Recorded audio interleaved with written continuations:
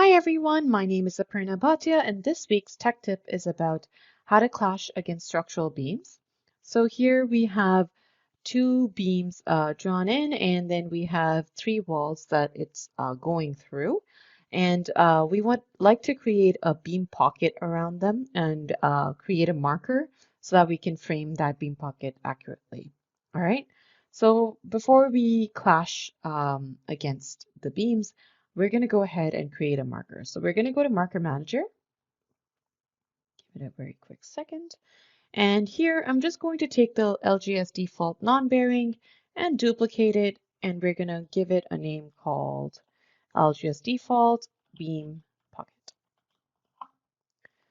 Right. So we'll go ahead and double click that marker here.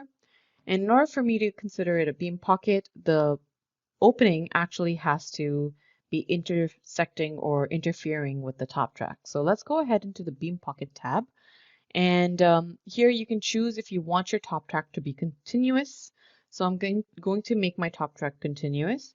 And then here you can choose if you want to enable your top section, top gap. You can choose a family type that you would like to use. If you would like to have full verticals or not, you can check that on. And then over here, we have something called jack ripples.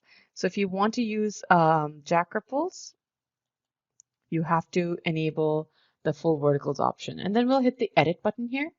And when we click on jack ripples, we'll click on the little three dots here so we can add the number of jacks we would like to have or jack ripples we would like to have underneath the beam pocket.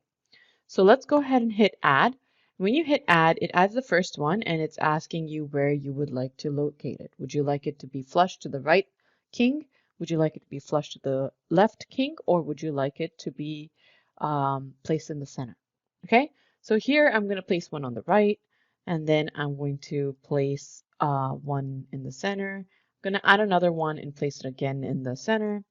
And then I'm going to add another one and I'm going to have it be placed on the left. So we have right, center, center, left. So we have those four added in here. So we'll go ahead and hit OK. Again, if you would like to assign a family type, go for it. But if you would like to use this marker for multiple different panels, like a 4-inch panel and a 6-inch panel, then I would recommend not putting in a family. It will use whatever is specified inside the templates. So we'll leave that there, or we'll keep that there.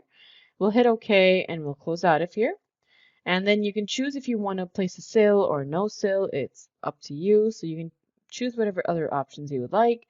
And you can choose what your cutbacks and everything are supposed to be as well. So you can go ahead and select those. For now, I'm going to leave it the way it is, and we'll just go ahead and hit the checkbox and hit OK. Now you could set this up as a rule set and have it follow that rule set every time it sees a beam pocket inside the template. Or I will show you another way to apply the marker automatically while you're clashing. So now I want to clash against these beams and these walls. So I'm going to go ahead. You can technically select everything. You can go to MWF, interference, clash detection. And here we just want to make sure that beams is checked on. So it says structural framing and the subcategory is beams. So we want to make sure that is checked on. And then if you did create a rule set, you can go ahead and select that here. And that's it for this. So we'll go ahead and hit the checkbox. And now it's asking you for tolerances around the structural member. What's the tolerances for the opening? So I'm going to create a 2-inch tolerance all around. And I'm going to say apply to all. If I don't check on apply to all, it will ask me again for the next beam. All right. And here I can choose the marker that I would like it to use. So I want it to automatically apply the beam pocket marker. So we'll go ahead and select that and hit OK. And there you go. So it's automatically created the opening.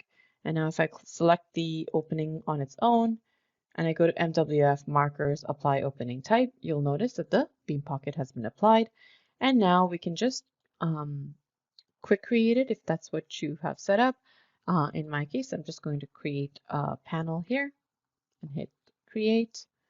Since I've already set the light gauge template as active, it will use that one as its current template. We'll go ahead and hit OK here. And there you go. So I'm going to actually just isolate this wall and look at it. And let's see how it created our members. So you'll see that we have a jack ripple on the right side. So it says JSOR. And then we have a jack ripple on the left side. And then we have 2 in the middle. Okay. So the 2 in the middle, it's actually treating as a stud vertical. All right. That's it for this week's tech tip. Have a great day.